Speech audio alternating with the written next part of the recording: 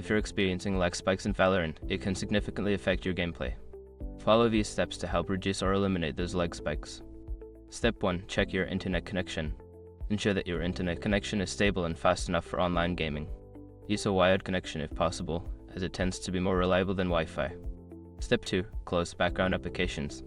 Before launching Valorant, close any unnecessary applications running in the background. This will free up system resources and bandwidth, improving your game performance. Step 3. Adjust in-game settings. Lower the graphics settings in Valorant to reduce the strain on your system. Go to the settings menu and adjust options like resolution, texture quality, and effects to optimize performance. Step 4. Update network drivers. Make sure your network drivers are up to date.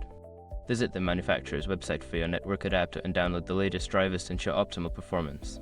Step 5. Use a VPN. If you're experiencing lag due to server issues, consider using a VPN to connect to a different server.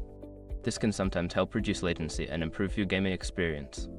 By following these steps, you should see an improvement in your gameplay experience in Valorant. Enjoy your game.